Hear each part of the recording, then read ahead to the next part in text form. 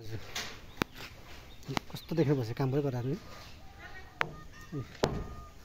हाम्रो मिस्त्री मामा ऊ पनि बिचरा बेहाल छ ऊ पनि थके त भइरहेछ थाकेन न हजुर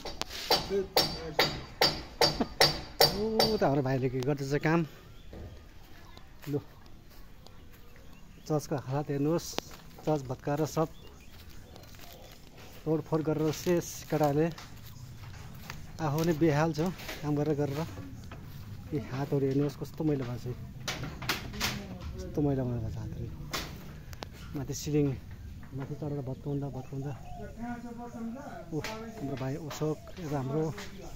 हाम्रो भोलि दाजु पनि पुरा चर्चमै बटमहरू बोक्ने उसरी काँटी पुरा छ टिफितिर काँटी चाहिँ काँटीले घोच्यो भने के हुन्छ यहाँनिर त्यस्तो छ काँटी चाहिँ काँटीले घोच्लै उसरी नै दाजु जय मसी दाजु जय मसी ल आजको काम कस्तो भयो त आज काम एकदम फाइन भयो राम्रै भयो होइन एकदम ओके भयो अझै पनि माथि त भाइ चढ्दैछ कुडुरुक